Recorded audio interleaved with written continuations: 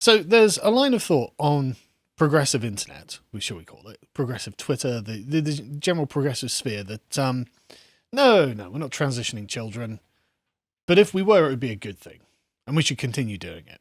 And we can see this everywhere. And I'm just really sick and tired of it. Because we've got plenty of their own studies and their own materials and their own funding can be traced to show that, in fact, yes, they are transitioning people who are not only under 18, but under 16. And I'm sorry, I just think this is totally morally wrong. And these people are setting the young people that they are doing these surgeries on up for a life of deep regret. Exactly. And there is plenty of new evidence about detransitioners that it seems to me that Biden and his progressive elite do not take into account. They don't want to even hear from them, do they? They're very happy to be paternalists against adults, but for some reason they're anti-paternalists against children. Yeah, it's weird, isn't it? I always say, oh, that's paternalistic. It's like, well, when it comes to, say, children, maybe that would be a good thing. Yes. Anyway, before we start, we have a new book club on lotus.com, which I do think you should check out. It's Robert Nozick's Anarchy, State and Utopia. Have you read this? Yes, I have. Yes. It was some years ago. Yeah, same It's here. Interesting. I was a libertarian some years ago. Yeah, Nozick's a libertarian for anyone, Yes. isn't he? But he does have very convincing arguments against state control, which I thought were good, and you should probably know. He's got a famous phrase, any capitalist act or something like that. An equal society has to prevent any kind of capitalist act or something like that. I can't remember the exact framing. I think the main idea was to present a Kantian defense of libertarianism. And it's interesting because he did this at a time when John Rawls's A Theory of Justice was very prominent, and this is considered to be one of the major responses to it. And that's good because John Rawls is full of S. Anyway, I'm not a fan of Rawls at all. He's just nonsense. But anyway, let's begin back in January 2021. Joe Biden takes office and he starts signing a flurry of executive orders. And one of the first ones that he literally signs on day one is an order that would allow subjective gender identity to take priority in schools.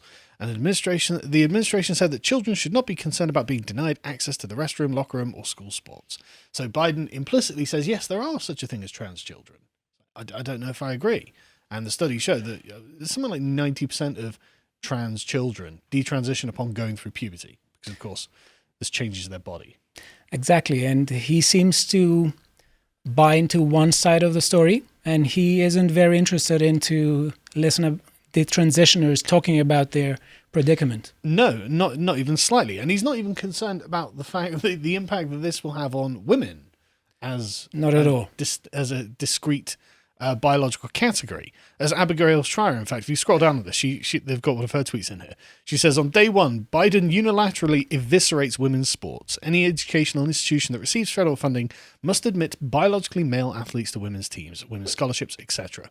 Yeah, that's totally true. It's radical. It's a really extreme position that Biden has here. And so moving on, he appointed Rachel Levine to be, I can't remember the exact position she had, but it's some. I'm annoyed that I can't remember this. I should be able to just summon Is it a substantial Secretary position? for Health. That's it. Yes, Secretary for Health. But sorry, I can't believe that escaped my mind for a moment there. Right, the Assistant Secretary for Health. So it's just like right. So he's put someone who. Now I'm not saying Rachel Levine is there's anything wrong with this person, but what I am saying is this person has a deep personal investment in the concept of transgenderism and promoting that in order to validate their own worldview, right? So it's not someone you could ever say is neutral on the subject. No. And this gender-affirming care is very controversial, even by people who identify as trans. Yeah, it's about as controversial as lobotomizing. Yes. Because in many ways it's very analogous to it, in fact.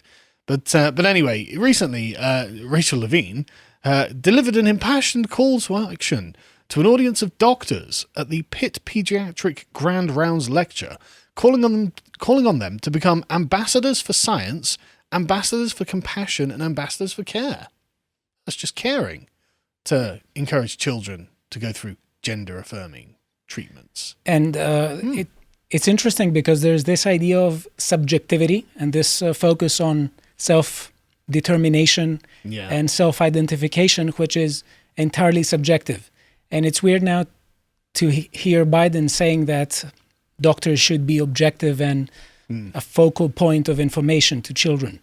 How are they going to do it if they are placed into the position where they just have to accept whatever the patient says? There's no metric by which you can judge them to be right and wrong. It is just, I say, therefore that is correct. And I'm sorry, but like, as a father, I'm just telling you, children say a lot of things that are not correct about themselves, about the world, about everything. And I've come to the conclusion, actually, that actually children don't need more choices. Children need guidance. That's what they need. They don't need an unlimited array of options. What they need is like 2 or 3 options. Just pick one and go. I think, yes, it's a good idea to start habituating kids into choosing. Yeah. But we shouldn't pretend that kids are adults. No. The whole idea of education is to raise children to the level of adults. And that's exactly the crux of the problem here, isn't it? They're treating actual children as if they are fully formed functional adults, which they're simply not, and this should be recognized. There's a weird egalitarianism behind it that that takes age off the equation, and we are suddenly called upon to treat every individual in the same way, regardless of age. Yeah, and it goes the other way as well, doesn't it? We're supposed to treat Biden as if he's compos mentis, yes. Which, sorry, age has an effect on your cognitive abilities. If you're too young or you're too old, that is simply a fact of life, unfortunately. But it is weird, isn't it? Because I do wonder, like, they do view it as a kind of conception about rational faculties. And they think, okay, as soon as someone can be shown to have some sort of rational faculty, then it's as if they are now part of a club, this sort of Kantian kingdom of ends, where it's like, right, you're in the club now, and therefore, even if you're 13, but you're still quote-unquote rational, then fine, you're just as capable as every 35-year-old. Which is to underestimate experience. Massively. Because experience is not something that is equal, irrespective of age. But also, like, the rational capacity of a 13-year-old technically seems quite adult until you realize that they still don't really have, like, control over themselves in the way that an adult does. Yes, and it's easy to think that we're infallible. Oh, yes. And one of the things that experience teaches us is how fallible we are. Yes. And it's difficult to get this message across to teenagers. Who think they know everything. Yes, and apparently Biden thinks they also know them. Yeah, exactly. They That's also know exactly right, right? Yes. They think they know everything, and Biden's like, that's a good point. Maybe you do. It's like, maybe they don't, actually, Joe. But anyway, Rachel Levine carries on, right? She's like, these conversations don't have to be limited or restricted to a medical setting. Offer yourselves as informational resources, not just for youth, but for school teachers, principals, school boards, professional organizations, recreation centers, county commissioners, and others who would benefit from this information from your perspective. So go and propagandize. Be a preacher for this new religion everywhere you go. Please proactively seek opportunities to speak about what you know. Our task is to educate the public in as many forums as possible. We need to have these conversations that question the assumptions that are underlying today's attacks on trans people. Pushing back the veil of ignorance demands extra effort. It is weird because on the one hand, this message is towards doctors, but they are told that they shouldn't act as doctors. Yeah, they're definitely because being subjectivity triumphs biology. So they're just called upon to be mouthpieces of the central narrative. Yes. And this ideology that Biden's elite wants to push forward. Yes. But more importantly, I think, is the presupposition of correctness here and the framing of the laws that prevent doctors from interfering with the natural development of children are viewed as, quote, attacks on trans people. Yes. No. We have not come to an agreement that there are such thing as trans children. And also preventing someone from making a mistake or, putting a restriction on them. I mean, okay, when they're 18, 20, whatever it is, okay, well, if you want to start doing things to your own body, it's your body, you're an adult, you're free to do that, I suppose. But before you are able to give what we would call informed consent, if the left cares about such a thing anymore, that's not an attack on trans people.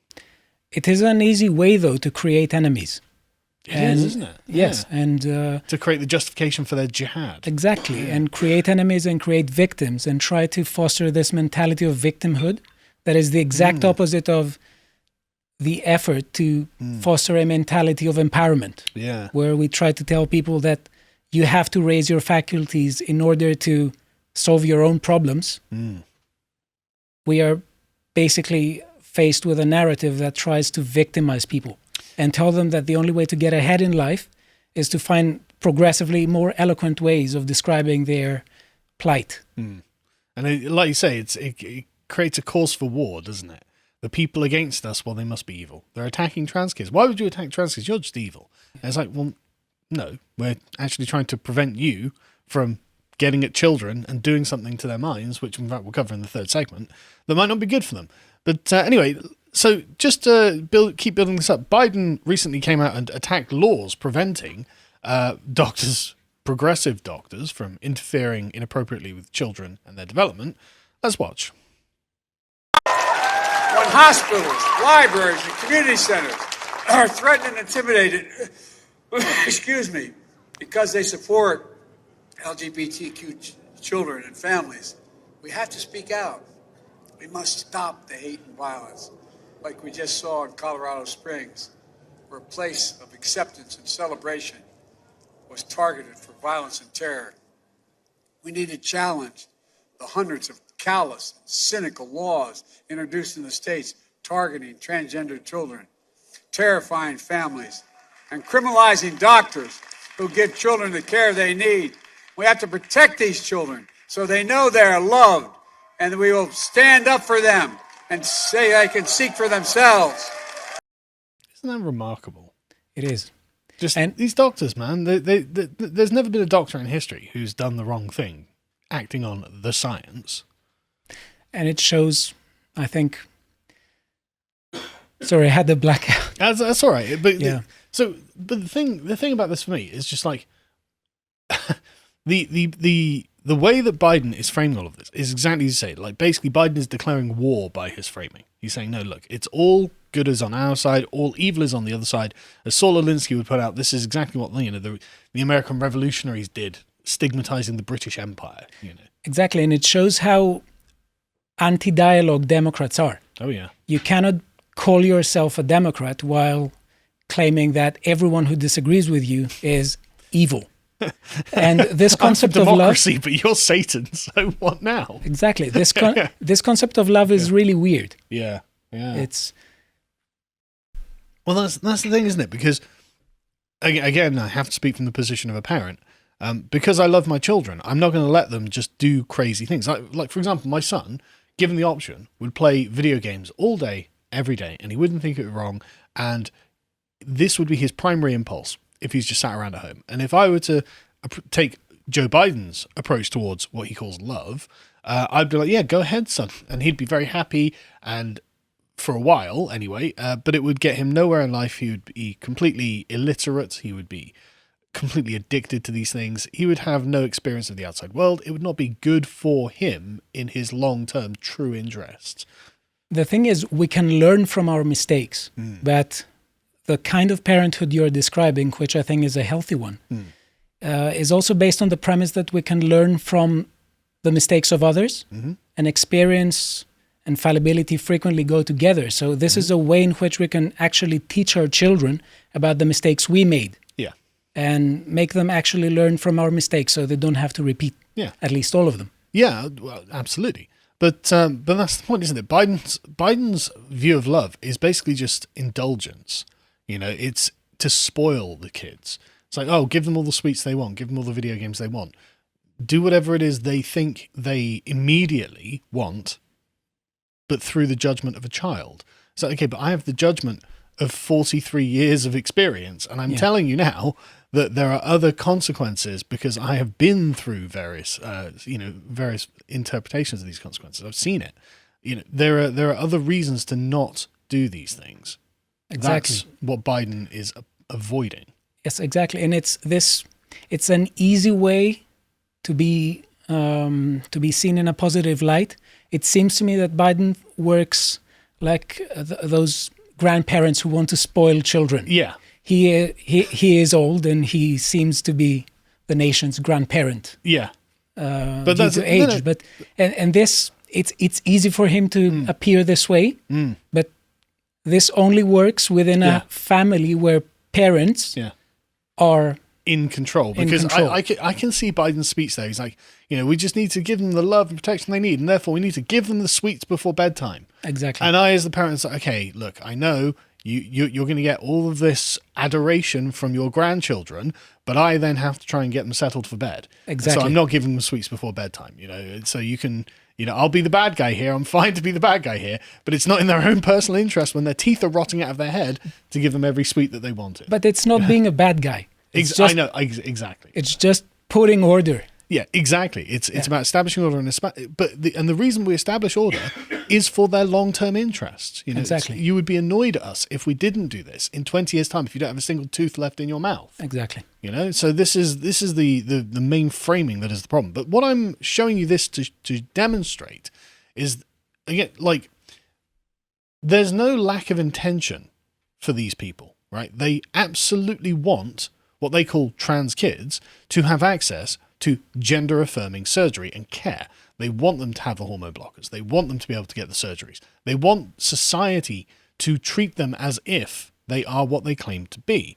And so the people who are saying, oh, this isn't happening, also, okay, why wouldn't it be if all of the people who are controlling these institutions and the processes that are involved in it are all totally in favor of it? Why wouldn't it be, right? And so that's just setting up, okay, who are we dealing with? We're dealing with a system that is staffed by people who want this to happen. And so going on, okay, well, do we have any evidence that they're actually doing it? And the answer is yes. Loads of it, right? This is from the National Library of Medicine. If that's a credible source for you. This is from 2017, right? They say the study's called Age is Just a Number. W-Path-affiliated surgeons' experiences and attitudes towards vaginoplasty in transgender females under 18 years of age in the United States. It's not looking good, is it? Right? They say a rising number of female-affirmed transgender adolescents are being treated with words I can't pronounce. Gonadotropin-releasing hormone analogs. Yeah, gonadotropin releasing hormone analogs, and subsequently cross-sex hormones at early or mid-puberty. So that's like 12 or 13. This sounds wrong. Yeah, that's like 12 or 13, with vaginoplasty as the presumed final step in their physical transition. But despite the minimum age of 18 years defining eligibility to undergo this irreversible procedure, anecdotal reports have shown that vaginoplasties are being performed by minors by surgeons in the United States, thereby contravening the World Professional Association for Transgender Health Standards of Care. Right, so in 2017, they knew that this was happening, but they didn't know how much. And so let's fast forward to 2022, shall we? Because we have a single-center case series of gender-affirming surgeries and the evolution of specialty anesthesia team. This is a study about the Boston's Children's Hospital. In 2022, this was released when they show us exactly how much, actually, right? So just as a quick few things from this. The primary objective of this retrospective case series is to examine the perioperative characteristics and outcomes of patients with gender identity disorders who underwent chest reconstruction and genital surgery in a pediatric academic hospital. Boston's Children's Hospital is a pediatric academic hospital in the United States, providing gender affirmation surgery to patients aged 15 to 35 years of age, including gender-affirming primary and multi-speciality care, blah, blah. Right? And so the important part is on page 3, I think, where we get the results, and so we can see the numbers of how many Boston's Children's Hospital has done. Right? They say over the 3-year study period, a total of 204 gender affirmation surgical cases were identified. 177 were chest top and 27 were genital bottom surgeries.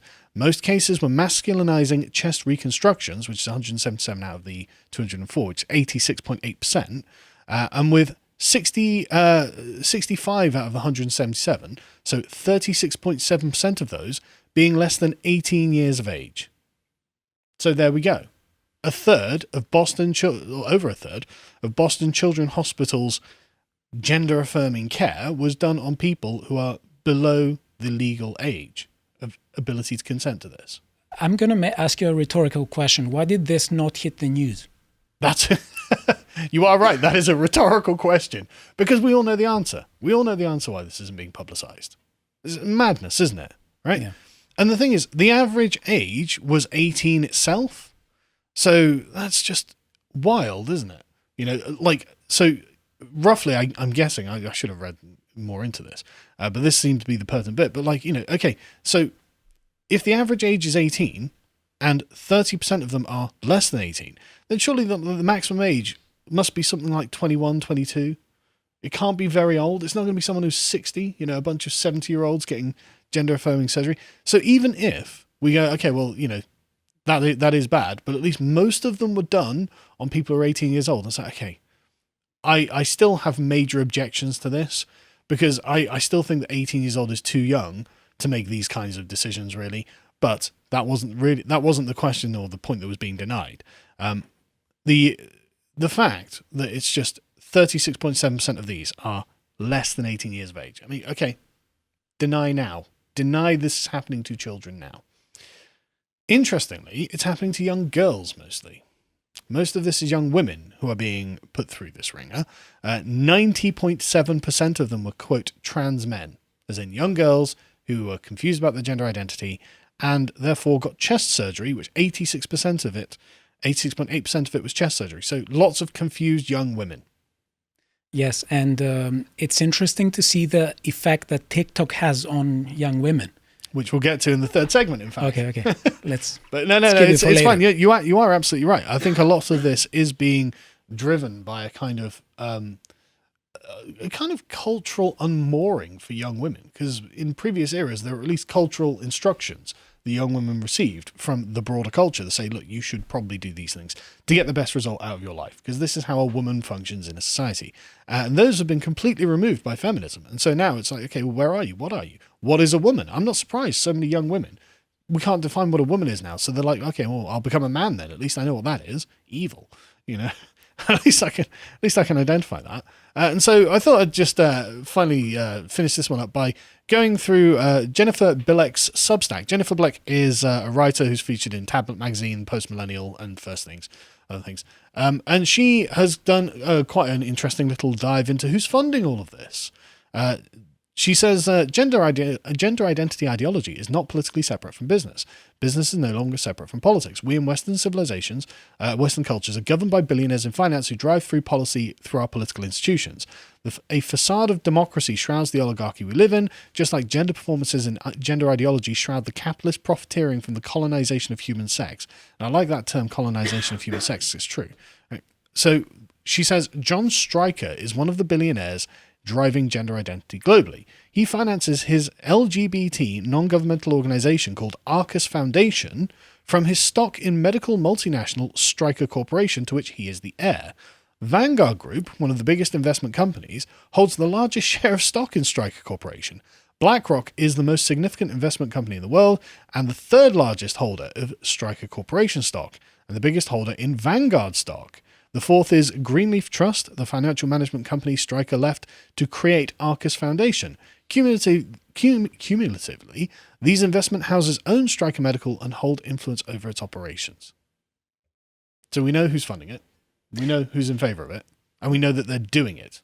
We should also look at ESG, and now that it is a thing, it is a way to virtue signal. Now, okay, that's not telling much, but the socially responsible investing bit of it seems to me like a very easy way to say, look, as a company, I have a very socially responsible profile. It's a financial incentive to get people to genuflect towards this new religion. Yes. That's what it is. And it keeps people in line. I mean, this is why Elon Musk just tweeted out ESG is the devil. He's right. He's absolutely right. Anyway, so these companies all completely agree with this. I mean, BlackRock stated that LGBT diversity is in their DNA. And it's just, I mean, it's hundreds of millions of dollars as well. So Authentic Brands Group was on the receiving end of $875 million of investment by BlackRock in 2019. And they own 50 brands. Don't know what's wrong with my speech today. Including Sports Illustrated, which now features on its covers not one but four men claiming womanhood for themselves. So you can see that this is a massive amount of thing. And so I just thought I'd end with a another clip of Biden from the same speech where he's talking about those people who oppose transing kids. Let's watch this. Racism, anti-Semitism, homophobia, transphobia, they're all connected. But the antidote to hate is love. This law and the love it defends strike a blow against hate in all its forms. And that's why this law matters to every single American, no matter who you are or who you love. This shouldn't be about conservative or liberal, red or blue. No, this is about realizing the promise of the Declaration of Independence, a promise rooted in a sacred and secular beliefs, a promise that we're all created equal. Right, you can see there that he's coming from the position of radical liberal ideology. He's taken one, actually quite brief mention of equality. I think it's the only one, in fact, in the Declaration of Independence. The liberal presumption that physically we are all quote unquote equal as a baby.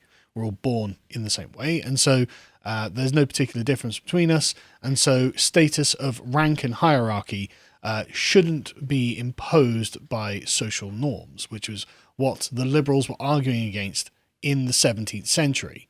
Not the same as in the 21st century, but he's not arguing or even vaguely concerned about the practical consequences and the realities of what is being done. No, and it's actually an easy way to put all the eggs in one basket. Yes, these manifestations, let's say, of these movements can be connected, but they also don't have to be. And even apart from this, it's interesting to see that Biden is trying to say that anyone who disagrees with him belongs to all these categories. Yes. Which is clearly not how to have a debate. But there's also a kind of self-confession in this, because you can always reverse what he's saying there. It's like, well, where do the accusations and the identification of things like, transphobia, racism, or the categories of bigotry that Biden's coming from? Well, these are all manifestations of the attacks that liberal ideology is making on the established society. His radical liberal ideology. Yeah. And so you can identify the people who are in coalition and doing the attacking on wider society and on children who they believe are trans, in the same way that he's like, well, everyone who falls into these categories is basically a conservative and is connected to the real world and is not part of our radical agenda. And he's not technically wrong, but also I think it really is a confession. But it is radicalization. Because he's presenting conservatives as enemies. Yes. By definition. Yes. And he literally says that we contain the love, you contain the hate, and so we have to defeat you. Yes. Yeah. And love is the only way. Yeah. But it's a weird kind of love. Exactly. It's the weird, indulgent kind of love that a grandparent, and even then, my parents wouldn't be like, they'd be a lot more, but it's the kind of excessively doting grandparent form of love, which is not healthy were it to be given full reign over your entire life. Anyway. May I make a comment about the DNA as being part of the diversity? Oh, yeah. LGBT as being part of the DNA of the diversity. It's interesting, but I think that at some point the DNA helix will not have guanine, ketamine, thiamine, and all this. It's going to have lesbian, gay, bisexual, transsexual, and it's going to have the combinations. They haven't done that. I'm amazed they haven't actually mimetically made that up. At some point they'll make it. Yeah, well, they will now. Anyway, that's that. We hope you enjoyed that segment for the podcast Lotus Eaters and would like to wish you all a very Merry Christmas. A great gift this year might be a £5 subscription to our website, where you can access premium content like this. Mine and Harry's series Comics Corner, where we go over some of the most important graphic novels from the last 100 years in comics. Every Wednesday, second Wednesday of the month, there's a brand new episode, and this episode was on The Killing Joke and Arkham Asylum. If you'd like to see what Harry's putting out, you can follow Harry on Getter at Harry Lotus Eater on Getter. Till next time, thank you and goodbye.